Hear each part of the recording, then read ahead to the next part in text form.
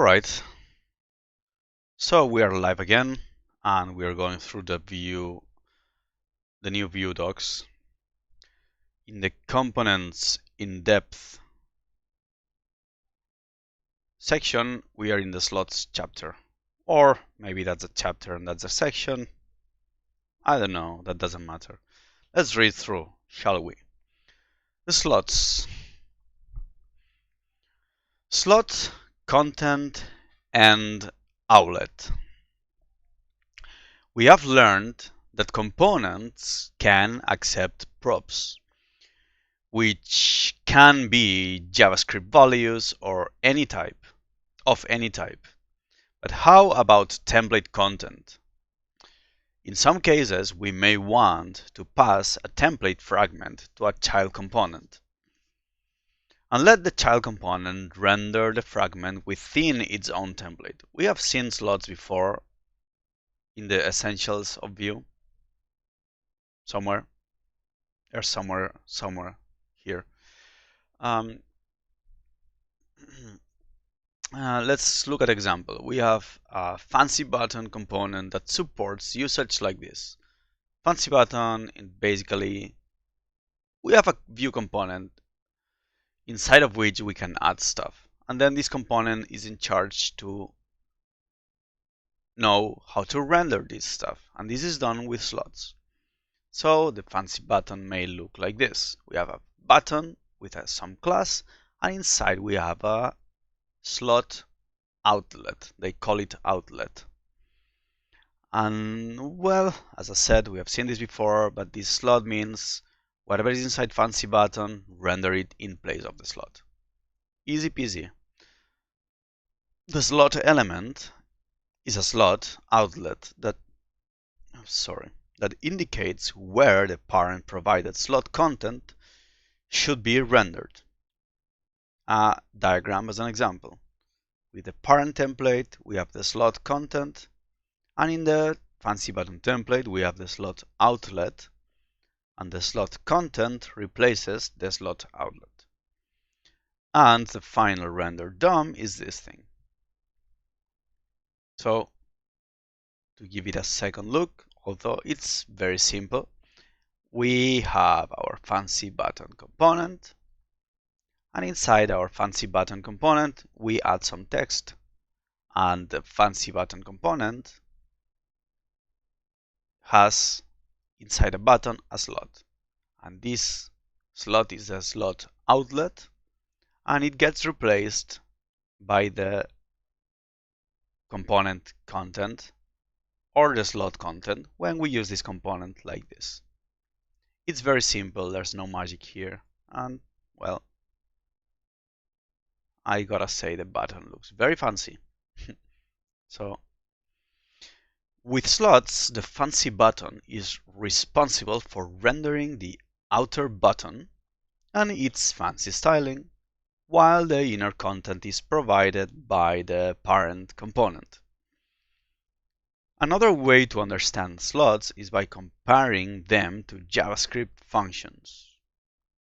We have a parent component, which is a JavaScript function, which takes an argument click me, and then the fancy button renders slot content in its own template. We have the function declaration, fancy button with some slot content, and then returns this button with the slot content inside. It's very straightforward. Slot content is not just limited to text. It can be any valid template content. For example, we can pass in multiple elements or even other components. So instead of having just text like before, like here, we can have any HTML content, or we could even have other components. So let's take a look at how it looks. We have our app. We have two fancy buttons here. One has just some click me text, and the other has some span with some colored styling, which says click me, and then an awesome icon. And the awesome icon is just a heart. Okay. All right. Okay. Sure. By using slots, our fancy button is more flexible and reusable. We can now use it in different places with different inner content, but all with the same fancy styling. View component slot mechanism is inspired by the native web component slot element, but with additional capabilities that we will see later. These slots are something extremely useful. They are as useful as props. They are some extremely flexible tool that makes components very reusable. It's a very nice thing. So anytime you spend trying to figure out slots, which I mean, it's very simple, but anytime you spend with slots, it's time well spent. I would say, as a beginner with Vue, it's tempting to just solve everything with props. But slots are a very powerful tool to solve lots of problems. So don't try to use props for everything. Slots provide lots of flexibility. Render scope. Slot content has access to the data scope of the parent component because it is defined in the parent. For example, we have a message in this template, and inside the fancy button, we can also access this message, which is in the outer, it comes from the outer scope. Here, both message interpolations will render the same content. Slot content does not have access to the child component's data. As a rule, remember that everything in the parent template is compiled in parent scope. Everything in the child template is compiled in the child scope. So if inside the fancy button, let's go to the playground. If we have our fancy button and inside the fancy button we have a script with a value which is a ref equal hello, this thing, now we go to the app, this value thing, well, it's available in here. I hope at least it's available. It's I need to import ref here. Import ref from Vue. This hello there, value is available inside fancy button, but if we go to the parent and we try to use it here,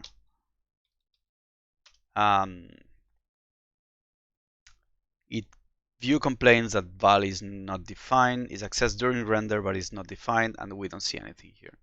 So this val is defined in the scope of this fancy button, but it's not available to the parent component, even though we use it inside the slot. That doesn't matter. We would need to basically kind of recreate it here. Const val ref by there, and then you see this is from the fancy button component. This is from the parent component. All right, it's nothing complicated here. There you go. Fallback content. There are cases when it's useful to specify fallback, that is default content for a slot, to be rendered only when no content is provided. For example, in a submit button component with a slot, we might want the text submit to be rendered inside the button if the parent did not provide any slot content. To make submit the fallback content, we can place it in between the slot tags. So it's as easy as this thing. Super easy.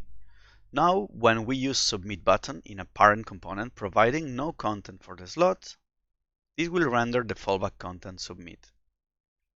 But if we provide content, then the provided content will be rendered instead. So let's take a look at this. Although it's super simple.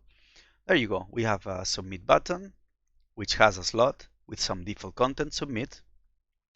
And in the app.view, we render the submit button without slot content, and we render a second submit button with a safe word as slot content. As you can see, the first button renders with submit, which is the default slot content here inside the slot outlet, and the second one renders with save. This is very cool. Feel free to take a second look at that, because that's something very useful, really cool to have some default content for slots. Named slots, and another thing that is super useful. And you'll see, like, I mean, the first time you see that is probably like, you get like, wow, what the hell, I cannot believe that. That's amazing. There are times when it's useful to have multiple slot outlets in a single component. For example, in a base layout component with the following template. We have a div class container with a header, a main, and a footer. And we want some header content, some main content, and some footer content. It's like a layout, yeah, the base layout. For these cases, the slot element has a special attribute, name, which can be used to assign a unique ID to different slots, so you can determine where content should be rendered. So we have a slot here with a name equal header, a slot which is going to be the default slot, and a slot with name footer. A slot outlet without name implicitly has a name default. In a parent component, so okay, that would mean this one has implicitly the name default. And those have explicit names header and footer. In a parent component using base layout, we need a way to pass multiple slot content fragments, each targeting a different slot outlet. This is where named slots come in. To pass a named slot, we need to use a template element with the vslot directive, and then pass the name of the slot as an argument to vslot. So here we use a template inside base layout with a vslot directive and a argument header. And whatever we put inside this template element will be displayed instead of this slot with the name header. And again, it's because this is named header, and we have the word header here to match with this. vslot has a dedicated shorthand hash, so template vslot header can be shortened to just template hash header. Think of it as render this template fragment in the child component's header slot. So we have this template hash header, and then it's going to be rendered in place of this slot with name header.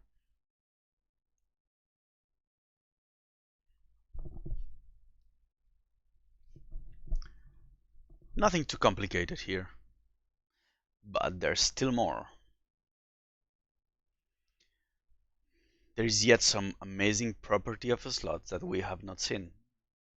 Let's continue. Here's the code passing content for all three slots to base layout using the shorthand syntax. Base layout with three templates: hash header, hash default, hash footer. When a component accepts both a default slot and name slots, all top-level non-template nodes are implicitly treated as content for the default slot. So the above can also be written as this, which is the same except that this template hash default is gone. Now everything inside the template elements will be passed to the corresponding slots. The final render HTML will be a div with header, with the header content, the main content, and the footer content. Again, it may help to understand it may help you understand name slots better using the JavaScript function analogy. We have a base layout with an object argument with header, default, and footer properties. And in the function declaration, we have base layout, which takes a slots property as argument and then returns this slots.header, slots.default, slots footer. Well, if it helps you better, so good for you. Dynamic slot names. Dynamic directive arguments also work on vslot, allowing the definition of dynamic slot names. We have seen this before. We have seen this before in Essentials chapter or section or whatever. Yeah, I didn't know that. So we can have dynamic arguments for directives. And slot is just another directive, so we can have dynamic slot names. Do note the expression is subject to the syntax constraints of dynamic directive arguments, which were what?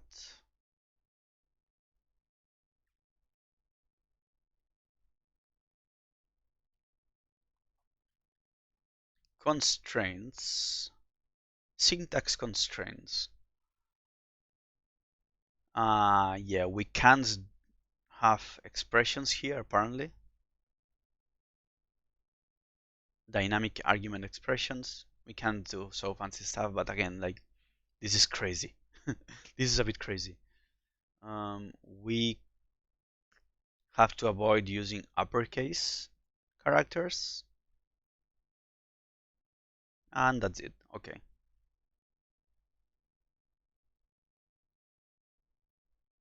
But it's using uppercase here. Hmm.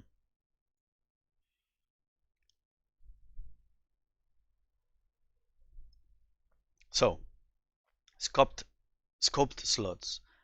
As discussed in render scope, slot content does not have access to state in the child component. However, there are cases where it could be useful if a slot's content can make use of data from both the parent scope and the child scope. To achieve that, we need a way for the child to pass data to a slot when rendering it. That is very cool, and we're going to just see how to do it. In fact, we can do exactly that. We can pass attributes to a slot outlet, just like passing props to a component. We have a slot, and then we have something that looks like a prop, which has a value greeting message, and another something that looks like a prop count with a value 1. And again, this is the slot outlet.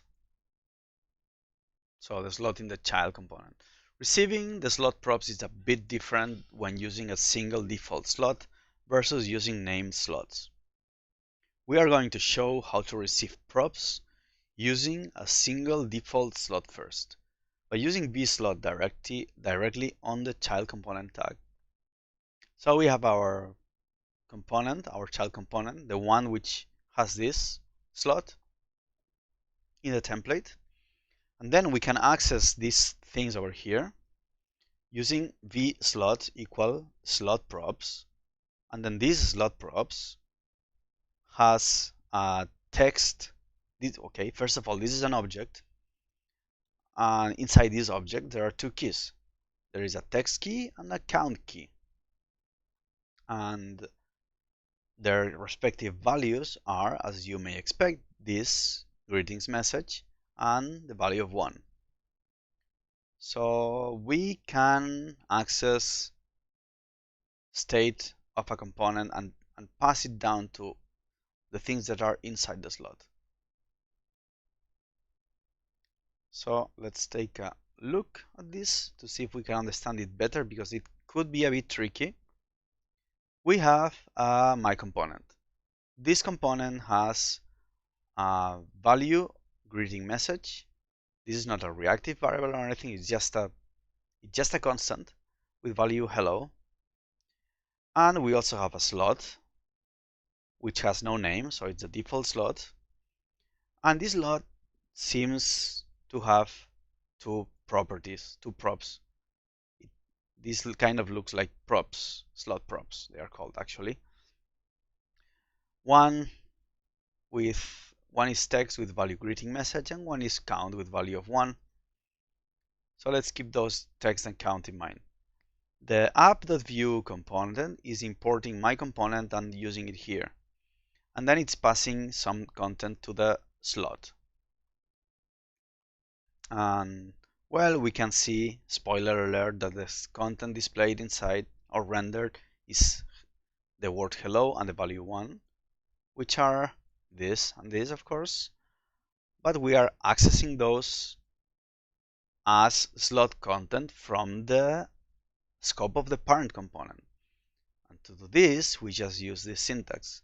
In the component, we have vSlot directive, and we can call it slot props. And then we access the text and the count as slot props.text. We can also destructure this thing.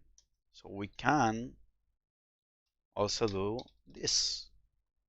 And then we don't need to, we can access the props directly, like so. So that's the same thing. And that's very cool. The props passed to the slot by the child are available as the value of the corresponding vSlot directive, which can be accessed by expressions inside the slot. You can think of a scoped slot as a function being passed into the child component. The child component then calls it and passing props as arguments. So let's see, we have a function, my component, which takes an argument. I mean, we're calling this function with an argument default, with an argument which is an object, sorry. This object has a default key, and the default key has a value of, well, it's a function. Function takes an argument slot props and returns a string with this value. Slot props text and slot props count, whatever they are. Then we have the function definition of my component, or function declaration, which takes a slots argument. It defines a constant greetings message equal hello, and then it returns some a string, which is an HTML. And inside this div, we have what would be our slot outlet, which has the value of slots.default, and then this object slots.default we have seen before is a function which takes some slot props, and the slot props passed down here is this object with a text and a count, and the function invocation is actually grabbing this text and this count and returning them as a string. So, I mean, it's not the easiest thing in the world to grab your head around that, but it's easy enough. In fact, this is very close to how scoped slots are compiled, and how you would use scoped slots in manual render functions. Notice how vSlot slot props matches the slot function signature.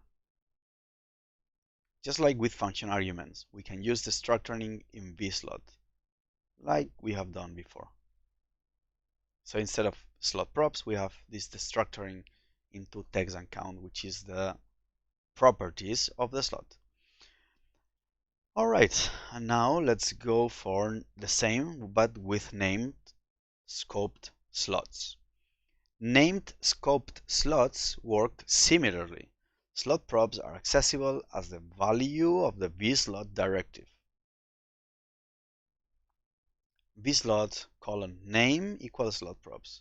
When using the shorthand, it looks like this. Let's take a look. We have the hash, then the header, which is the slot name, and then header props. And then we can access the header props inside the slot. And the same for default and the same for footer. Passing, well, obviously you cannot A default keyword usually can be omitted. You could have just v slot equal this, but you cannot have hash equal this.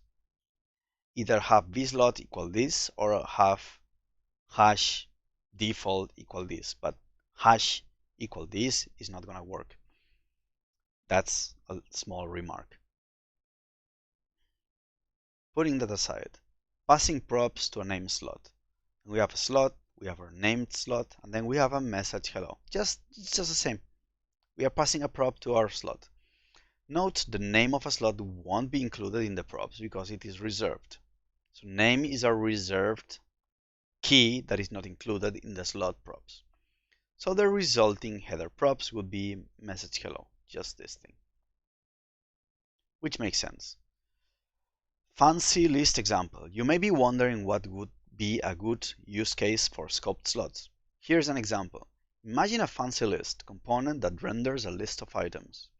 It may encapsulate the logic for loading remote data, using the data to display a list or even advanced features like pagination or infinite scrolling. However, we want it to be flexible with how each item looks and leave the styling of each item to the parent component, consuming it. So the desired usage may look like this. Let's take a look, and that's a common use case, by the way. We have a fancy list, which has takes some props, API URL and per page, and then we have a slot inside, apparently a named slot with name item, and it provides some slot props, body, username, and likes. And here we can render this thing, this item, in any way we like. And then if we look at the fancy list, we can render the same slot multiple times with different item data. Notice we are using vbind to pass an object as slot props. Let's take a look. In the fancy list, we have an ordered list with a list with a number of list items, with a v-for loop, which loops on the items. And for each item, it defines a slot with name item,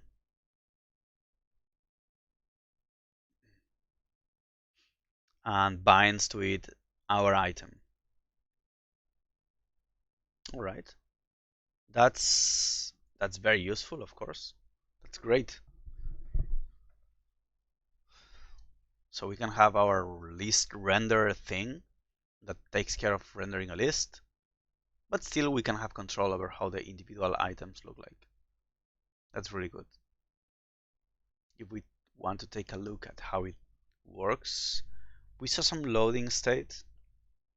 Here there is a set timeout to simulate a loading data from some API. Then we have our loading text that is shown while the items are loading. And then we have our list with a loop, inside of which we have a slot with a name slot with item as name. We are binding the item, and the item here is these things over here. Is an object with a body, a username, and likes. And if we look at the parent, we are having the fancy list. We are passing some props, and these props take care of some how the list is rendered, for example, which are not even used for anything in that example. And inside of the fancy list, we have our template with the slot content for the item slot and our slot props. And this thing comes from the loop, and inside we render all of our items, and we can control how they look from the parent component itself. So we could have some dashes here, and we'll see they show up in every item. All right, that's a very powerful pattern. Renderless components.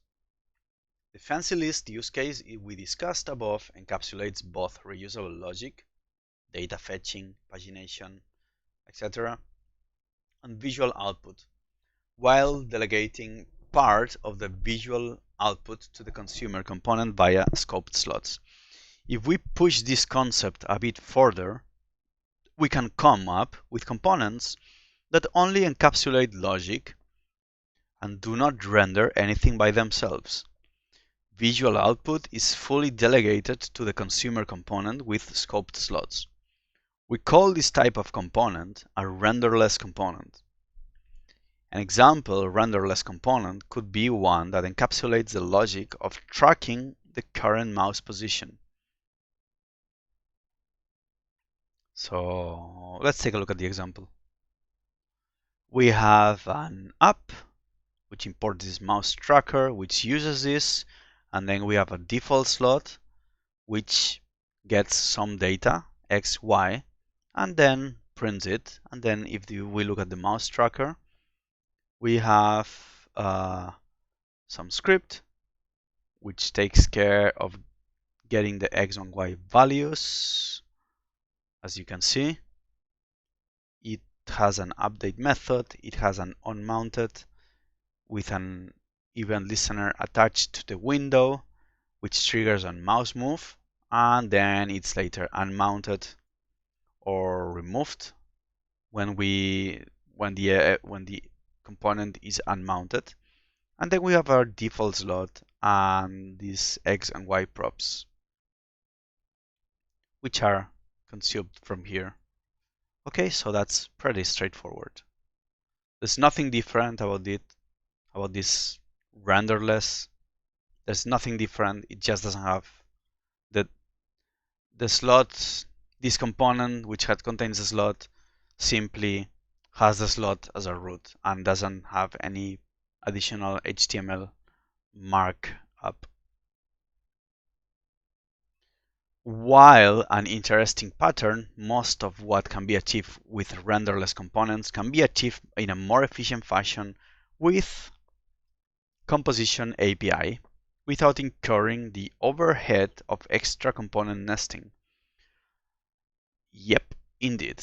Later we will see how we can implement the same mouse tracking functionality as a, get ready for the sexy word, composable. That said, scoped slots are still useful in cases where we need to both encapsulate logic and compose visual output, like in the fancy list example. Alright, so that was all for scoped slots. That was a really, well, not only scoped slots, but slots in general. It was a really juicy section. Reread it 2 times, 3 times. Get all this thing because it's super important. It's as important as getting the concept of props right. And with that said, thanks for listening and until next time.